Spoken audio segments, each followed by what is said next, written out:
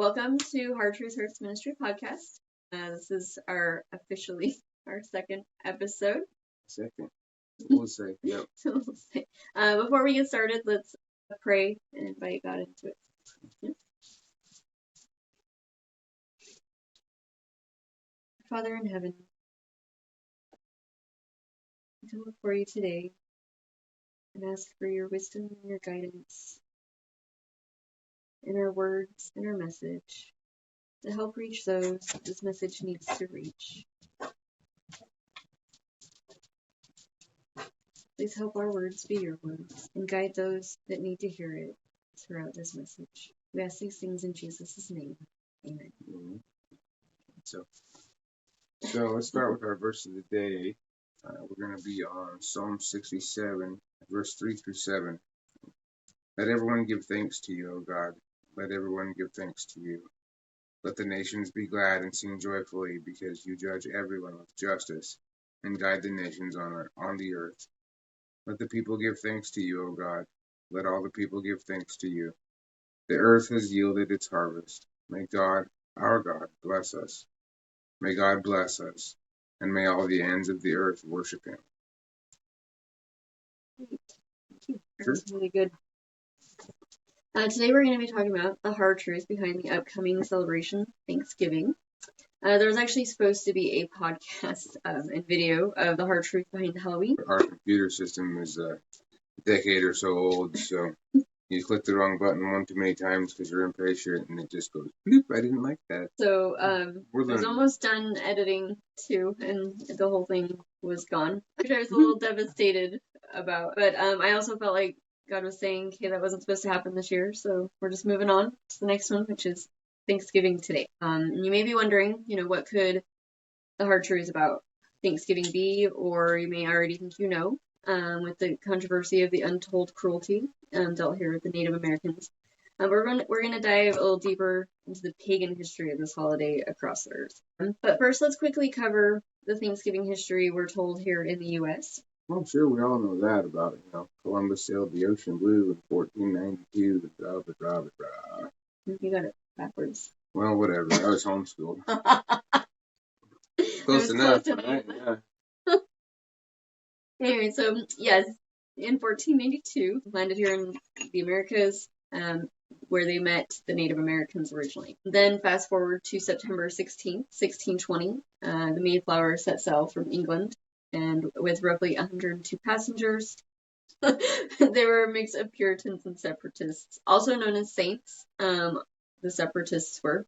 And they were a mix of those seeking religious freedoms from the required membership of the Church of England. Mm-hmm. Servants, slaves, skilled craftsmen, and roughly 30 crew members were also on board. 66 days later, on November 21st, 1620, they landed in Cape Cod, which was way north from their original destination of the Hudson River in New York State. And it was roughly a month later that the Mayflower finally pulled into Plymouth, Massachusetts.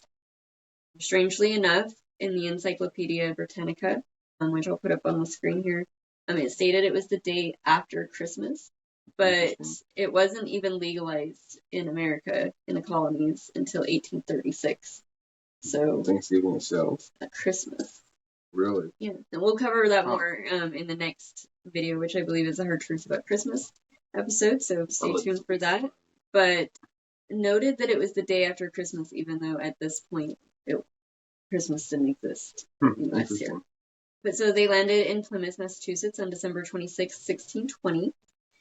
Seeing as they landed in Massachusetts at the end of December, this was a very rough first winter.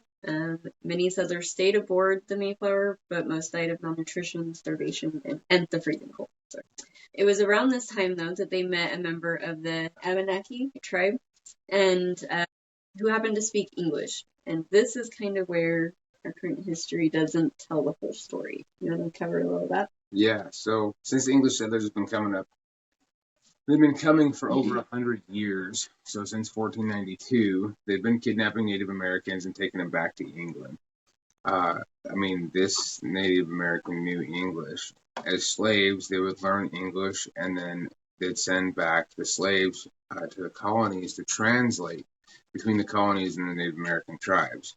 We'll come back to that in a few minutes. By November of 1621, the Mayflower Pilgrims and Plymouth colonists had a successful corn harvest finally. So Governor William Bradford decided to organize a feast to celebrate the bounty and invited King Massasoit from the Wampanoag tribe, which they were allies at the time. It was a 3-day event, is that we know at first. That's what we know is the first Thanksgiving. But it wasn't. However, we'll cover more of that not being the first Thanksgiving in just a minute. We're going to jump back and go in line with the dates. So in November of 1623, they held another feast to celebrate the end of a long drought that had threatened their crops. So 2 years later. The governor even called for a fast before this feast to fully give thanks, and fasting became a popular custom in the years to come. Shopping for them things.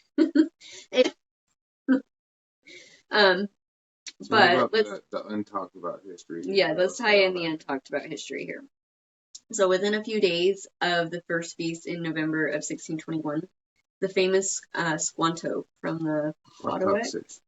Potawatomi, yeah. Potawatomi. Put that up on the screen so someone can give us the. Yeah, I'm sure someone will tell us we're saying it wrong. But the Potawatomi tribe, I think. He returned to Plymouth from being kidnapped by the English settlers. He'd been sold into slavery, but he escaped to London and made his way home. He is credited as helping the Pilgrims by teaching them survival skills, how to farm, like growing corn, tapping maple trees, fishing, identifying plants for eating and medicinal use, along with the harmful ones. And then the ones to steer clear of. He is the one that established the alliance with the English settlers that lasted over 50 years. Oh, gotcha. Unfortunately, though, he was kidnapped in order to accomplish this. It's never okay. It's not biblical. And it's part of what people don't mention in the recounting today. That makes sense. They want to skirt over. Of course, they got to make the good guys be good guys. Well, winners write history. Yeah. They also don't mention that the original settlers that came in 1620 had a peaceful relationship with King Massasoit. Am I saying right? I'm sorry, you guys. And the whole tribe. Wampanoag. Wampanoag. I'm sorry, you guys. The more settlers that came here, though, after in the 20s and later 30s, the more the relationship soured, and not just a little bit rocky, it was drastically changed for the worse. As demands on the land and resources increased, the Native Americans began to experience what we know today as westernization of the colonies that the English and European settlers brought with them. We see this in the health and lifestyles of those in China and Japan, for example, that are now more westernized than ever before. Gotcha. For Native Americans, this also included the spread of diseases from the English that had no cures yet, and it really decimated a lot of the Native American tribes. Like venereal diseases, like rampantly. I'm sure they did. Through the Native American tribes. They had no shame. And they were also being displaced on their lands as well, though, and very little was being done at the time to recognize the ancestral history of the land or to compensate them as they were resettled. That wasn't just a recent thing, putting them on the reservations and kicking them off their own lands. No, from the beginning, it feels like, based off of the way history's written. Sure seemed like that. Another piece that is often overlooked and not talked about is there was a war from 1636 to 1638 with the New Englanders in Massachusetts and the Pequot tribe due to greed over territory and trade routes. Unfortunately, the Pequot tribe was completely decimated by the New Englanders, and this only grew the tension between the settlers and the Native Americans, which led to other wars such as the King Philip's War between them in 1675 to 1678. So that peace treaty that Squanto set up in 1621 didn't actually last the full 50 years. The hard truth of that history is that by 1636 there was another war 14 years later. Wow. So it didn't last quite as long as they'd like you to think, and I think there was a lot of bloodshed in between that war being documented as well. I'm sure there was, because news didn't travel quite as fast back then. No, and so tensions were probably stronger and collapsing long before 1636. Oh, I'm sure. I would imagine so. But King Philip's War was not what broke the treaty, but it was officially what stripped the Native Americans of their lands and resources. and being rehomed. They were also forced at this time to officially take on English customs, cultures, and ultimately our laws. So it's a pretty hard truth that the Europeans and English settlers came in, bought land from Native Americans who thought the English settlers were buying into the land or buying rights to use the land, not buying the land out from underneath them and starting their own country. So that's what ultimately led to the war and, unfortunately, the loss of land and ownership to the Native Americans. This is what being whitewashed from our history. It's being erased. Like, we're not being told. They're not. I don't remember learning hardly any of this in school. They didn't teach us this part in school. You know, there were wars. They talked about them, but they were minimized. Minimal, yeah, localized, and they're very whitewashed. Always started by the red man. Yeah, they did always throw the blame. And so it didn't look very good for them, but it's really us. The hard truth often has more layers than that. Just peel back before getting all the way to the truth. So for the USA very specifically, the American Revolutionary War had random days of Thanksgiving throughout it. So it wasn't just during these early colonies that it first started, for the USA specifically. This was to help bring up morale and to give thanks for the grounds they had already gained in the war. And then on October 3rd, 1789, President George Washington issued the first official Thanksgiving proclamation to give thanks for the successful conclusion of the Revolutionary War and the ratification of the United States Constitution. They just made it official. Made it official. I believe that, that was the reason. To make it the holiday, give it the reason for the Thanksgiving holiday. Yes. I see. Okay. In 1817, New York became the first state to officially celebrate it. So it was proclaimed back in this 1789, October 3rd, but no one officially started recognizing it on a statewide government level until 1817. Many other states followed suit within the next few years, but many states did not. Many southern states refused to celebrate Thanksgiving. Oh, I'm sure that gave just President Lincoln just another reason to, until the Civil War, when President Abraham Lincoln declared Thanksgiving a national holiday. He set the date for the final Thursday in November, which matched the same date that Washington had set up. It was celebrated on that last Thursday in November until Franklin Roosevelt decided in 1927 to move it 1 week earlier to the second to last Thursday in November, very specifically to increase sales to help the country get out of the Great Depression. But it was already set for most people to be the second or the last Thursday. There's huge opposition to this change. So 2 years later, in 1929, he changed it back to the last Thursday in November, where it still is today. But, I mean, if they're balancing a holiday around that much, is it really that important? Well, and none of that is to be grateful. It wasn't changed around, and it wasn't established to be thankful. It was established to help get out of the economy. So what we see is that we're being lied to about the peacefulness of what happened in the colonies. We're seeing that the first Thanksgiving wasn't really an official holiday until it was about war. And really, you boil it down to, let's just say our paychecks at this point. Like, how much is commercially pressed on us to spend during this time of year? And you've got to have the biggest turkey and the most pie and the best whipped cream, and like you've got to go all the greatest, decorations. Exactly. It's become all about money and greed now. But it creates this and turns us all back into slaves. We're slaves to the system because of it. Black Friday was not used until the 1950s. Okay. But the idea was introduced due to President Roosevelt trying to get the country and businesses out of the red, which is an accounting term for being in the negative. And so they wanted to bring them back into the black. That way, that's why it got coined Black Friday, but it didn't catch on until the 1950s. Yeah. That's why all the sales look like they're great. We don't participate in it anymore, but I mean, watch for them to raise the price just to bring it down. Just to try to bring it down during a Black Friday sale. You're usually not saving a whole lot more. Nope. And that was when I really started turning away from wanting to buy things for the holidays, and when I started realizing all that was going on. Yeah. Yep. So today Thanksgiving is no longer about giving thanks or even about family. Most people dread seeing their families, even end up fighting or hostile with each other the whole time. What? Gluttony is almost never as high as it is on Thanksgiving any other time of the year, except perhaps Christmas. Continue. There's the distraction of a football game that's almost always on. Oh, People are foosball. yelling, screaming, fighting, or celebrating and worshiping athletes that they have internally turned into false idols. And then there's always greed within the Thanksgiving meal itself, which is only heightened by the pending or already open stores with their early Black Friday sales, where greed and violence are always present every year. The present day Thanksgiving. Sorry to cut you off while I'm across the room, but I noticed that when we were at the store the other day, is that the hours, the holiday hours for like big box stores. I'm just gonna say Walmart, but that's where I was at.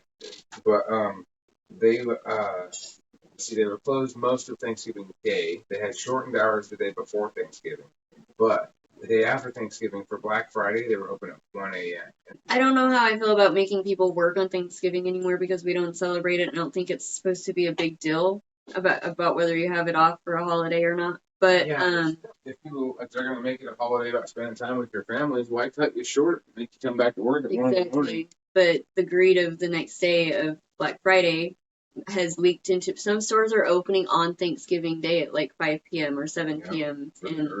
For early sales and stuff. And so there's no thanking or giving, or there's no gratitude going on. It's all greed and gluttony going on during that day. But people are actually lying to themselves about being grateful and giving thanks currently while committing all these sins that we just made. How many people are so grateful for the gifts they give on Christmas Day that they beat the crap out of someone for in the store? I remember when we were kids, man, seeing the news and the videos from the Black Friday sales of people just stampeding and trampling each other. And people died. There were people that died, and there are still people that get injured. And it's like, oh, you've got to be kidding me. It really has become. It really has become a day that is not about gratitude or giving thanks in any way. You can give thanks without it being assigned on a day. But also, like I said a moment ago, the hard truth often has many layers to peel back before getting to the real truth, and this one has even more. Throughout history, each culture and country has had their own day of Thanksgiving in one form or another. These pagan feasts were to honor their deities or gods for the agriculture harvest that took fall. And in order to portray this, I just want to read a section from this book. It's called Vain Traditions. It's by Vain Traditions, so titled who it's by. I'll put a link so you can check it out if you would like. But I would like to read what they wrote about this in here. I felt like they did a really good job. It says, this pagan feast, I'm talking about Thanksgiving, honoring the agriculture gods, goes back thousands of years. Originally, it was a harvest Thanksgiving, and while the purpose has become less specific, the festival still takes place late in autumn, after the crops have been gathered. Such celebrations are often very of ancient origin, being nearly universal among primitive peoples. The ancient Semitites called the earth mother Astarte. The Pilgrims called her Sermele, and the Minoans had an earth mother for each district. All these local deities were absorbed by the Greeks into one great goddess, Demeter. The pagans in Rome celebrated their Thanksgiving in early October. The holiday was dedicated to the goddess of the harvest, Circe, and the holiday was called Cerealia. The Catholic Church took over the pagan holiday, and it became well established in England, where some of the pagan customs and rituals for this day were observed, long after the Roman Empire had disappeared. Thanksgiving is celebrated by practically every native people around the world, and in some South and North American Indians, the harvest entails the sacrifice of a young girl. Thanksgiving, in the guise of the pagan harvest festival, can be traced right back to ancient Babylon and the worship of Semiramis. Yahweh commands us not to be like the pagans and heathens, to not worship him like they do. And that's Deuteronomy 12:28-32. But this clearly illustrates how Thanksgiving is rooted in pagan culture and history. Even the decor, Thanksgiving is rooted in paganism. Oh yeah, you look around the cornucopia. That was originated in ancient Greek mythology from the infant Zeus being nursed by a goat named Amalthea. I think it was, yeah. Zeus accidentally broke one of the goat's horns, so he blessed it to become a symbol of endless nourishment. It's associated with gods of harvest and wealth, such as Demeter, the goddess of agriculture, harvest, and fertility, Fortuna, the goddess of luck, Abondita, the goddess of abundance. This clearly did not stem from a bountiful harvest of corn in 1621, or even the Revolutionary or Civil Wars, or Fruit of the Loom, or Hunger Games, or anywhere else you see the cornucopia. It's a pagan symbol all over the place. What's so funny? I wasn't even thinking about it. I'll edit that out. But, I really don't understand how Thanksgiving in other countries, like, how did it catch on? Well, I don't know how it's sold in other countries. It is celebrated in places like Canada, Germany, Japan, Brazil, Australia, in the Norfolk Islands, very specifically, and many more. But what is sold here today in the United States is not a day of thanks or to anyone, but especially the one true living God. It's not even for a bountiful harvest, let alone everything else God has blessed us for throughout the year. Yeah. As we've seen, it is a day of gluttony, greed, animosity towards family, and a distraction by football, sports ball, worship, any sort of sport would be able to take the place of that easily. Yeah, absolutely. I don't understand how, like, when we were riding with the club, it was like Thanksgiving was a huge one that everybody got together for. Friendsgiving was a big one that everybody would just come a big potluck dinner and whatnot. And it was just an excuse to get drunk. It was just an excuse to get hammered and party. But then even Thanksgiving, if you go to somebody's house for Thanksgiving, all the dudes are in the front room drooling over a bunch of guys playing a game on TV, and it's like, what? Well, like I said, it's a form of distraction and worship. Yeah, that's true. Unbeknownst, they don't know they're doing it usually. But I love how everybody's not how God played a good game. Yeah, you did. You're fatty on the couch. This is not how God wants to be thanked, obviously. But so how does God want to be celebrated? He tells us exactly how he wants to be celebrated. And I submit to you that he already has set up a feast and celebration to give thanks for the annual harvest and to show him gratitude the way he wants to be shown.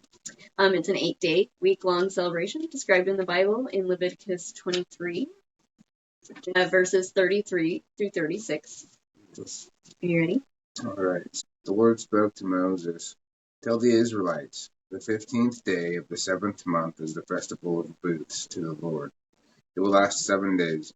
On the first day there will be a holy assembly. Don't do any regular work. For 7 consecutive days bring a sacrifice by fire to the Lord. On the 8th day there will be a holy assembly. Bring the Lord a sacrifice by fire.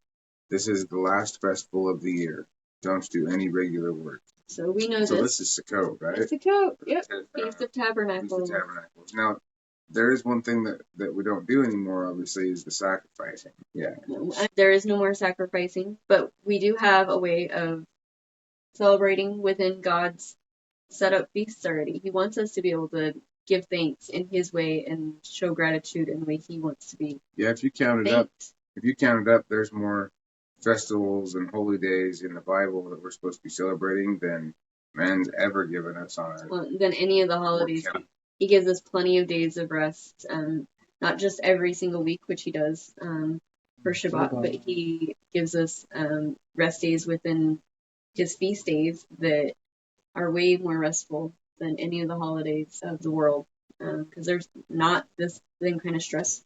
Even though we were both injured for Sukkot this year, it was actually like really nice to just not do anything but relax for a week straight. He completely set it up to be able to just rest during it. It was really great. But he set up a bunch of different celebrations, though, not just Sukkot. So, and Leviticus 23, the whole chapter lists them all out.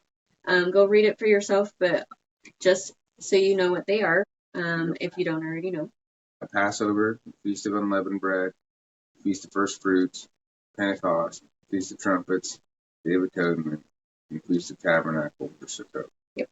And 4 different times in Leviticus chapter 23 does God say this is a permanent law for generations to come. Those are verses 14, 21, 31, and 41. You want to go look them up. But this is how you are to honor and give thanks to the one true living God. He tells you exactly how he wants to be honored, to be able to receive your gratitude. So show it to him the way he wants. So we'll go into a lot more details as the feast of these feasts on the next one throughout the Christmas episode, and then in the coming months as spring comes about with the spring feasts, we'll have episodes on those. Passover, we'll have a big episode on Passover and go into the truths on those. We're still learning too, so. Yeah, we're still learning, actually. Do it. Anyway, so the Bible is full of ways God prefers to be worshipped, celebrated, and the offerings of thanks, and not just through his commanded feasts. Psalm 100 is one of my favorite ways and is literally called the Psalm of Thanksgiving. Psalm 100. All right, the whole thing? Mm-hmm. Okay. Shout happily to the Lord, all the earth. Serve the Lord cheerfully. Come into his presence with a joyful song. Realize that the Lord alone is God. He made us, and we are his. We are his people, and the sheep in his care. Enter the gates with a song of thanksgiving. Come into his courtyards with a song of praise. Give thanks to him. Praise his name. The Lord is good. His mercy endures forever. His faithfulness endures throughout every generation. So notice here at the beginning of each verse in the chapter is a call to action. We're to shout happily to the Lord. Serve the Lord cheerfully. Come into his presence with a joyful song. Realize that the Lord alone is God. He made us, and we are his. We are his people, and the sheep in his care. Enter his gates with a song of thanksgiving. Come into his courtyards with a song of praise, and give thanks to him. Praise his name. These are calls to action, and this is how God wants to be thanked and praised and worshipped. Between his feast days, his holy days of Sabbath. Well, it didn't say anything about like trees and presents and stars. Interesting. Or even other family members. That's a good point. Because isn't it a big push? I mean, he wants us to have family. He wants us to spend time with them. Yeah, it's not about, if you're going to be thankful. Thank him. I love, that's the funny thing that you hear about every single family sits around the table and everybody lists fun things that they're thankful for. No, I'm thankful for my family. Lies, you were just fighting 10 minutes ago. Try again. Yep, exactly. No one actually acts truly grateful to be with their family. Exactly. Well, and getting ready and having to get there for me is so stressful to get out the door. I'm not actually grateful to be there by the time I get there. I still don't like it. I'm not comfortable with this yet. But Christians are those walking with the one true God. Should we celebrate Thanksgiving? If you agree with us, your answer should be no. I don't think so. There's nothing wrong with giving thanks, but every day of the year we should be giving thanks to our Father above. He wants us in constant thanksgiving. He does not want to be thanked the way the rest of the world gives thanks. He states it over and over in the Bible. I want to list 3 of them. So the first one is going to be Deuteronomy 12. Deuteronomy 12:4. And 8.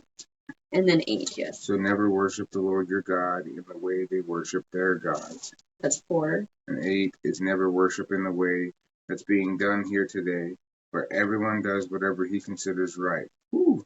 Where everyone does whatever he considers right. And there's a lot of families that are like, oh, our family tradition is to do this on this day, whatever they consider right. Whatever they consider right.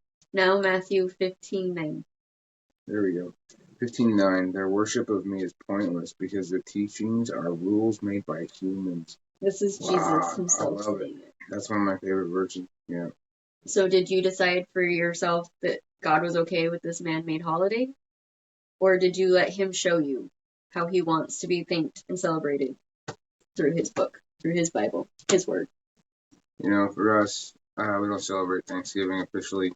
We don't decorate for it. Specifically, we don't decorate for any of the holidays on the calendars. Nope. We don't plan a big meal or even participate in the Black Friday sales. Like, we avoid them. And I don't care if it's going to cost. I don't care if it'll save me 99.999%. I'll wait till the day after. Yeah, we're not going to participate and add to the greed and the violence, the hostility, the selfishness that goes around all of that. We don't need it that bad. God will provide it if we need it. Absolutely. He has our needs met every day. We don't have to worry about it. He's got it covered. I do take the time, though, on that day to make sure my family knows that I love them and I'm thankful for them. But I honestly try to tell them as many times throughout the year and throughout the month and everything that this same thing, so that it's not just hyper-focused one day throughout the year. Yeah, just so that it's not something everyone else is doing at the same time. I don't only love them on Thanksgiving. I'm not only grateful for them on Thanksgiving.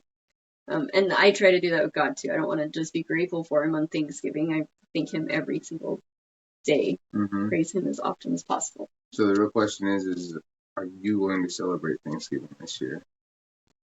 I think that's between them and God. But I highly recommend considering these true pagan roots and the bloodshed that actually happens around this time of the year and all pagan holidays. Yeah, there's a lot. I remember stories when we were kids about, PETA saying it was just animal abuse and you just stuff in the turkey, and it's like, oh, good night, people. Well, I'm not gonna tell you not to eat turkey because I like turkey. And don't not eat it specifically because it's Thanksgiving. Don't not have time with your family, but don't. Oh yeah. Just reserve that for one day a year. Well, and if you're not so stressed out about getting together and making it perfect for the perfect Thanksgiving or the perfect Christmas, you're gonna enjoy each other a lot more. Like, take the stress out of it. The holiday doesn't need to happen to spend time together. It's okay. There's so many fights and things, even within my family. That's a great family. We have a good family, but we've had our fights around holidays because there's so much tension. People snap. So. Well, we'll leave it at that. Thanks for listening. I hope you guys join us next time for the Hard Truth Hurts about Christmas. And in the weeks to come. But remember, until then, the hard truth only hurts to those who need to hear it most. Stay salty. Have a blessed day.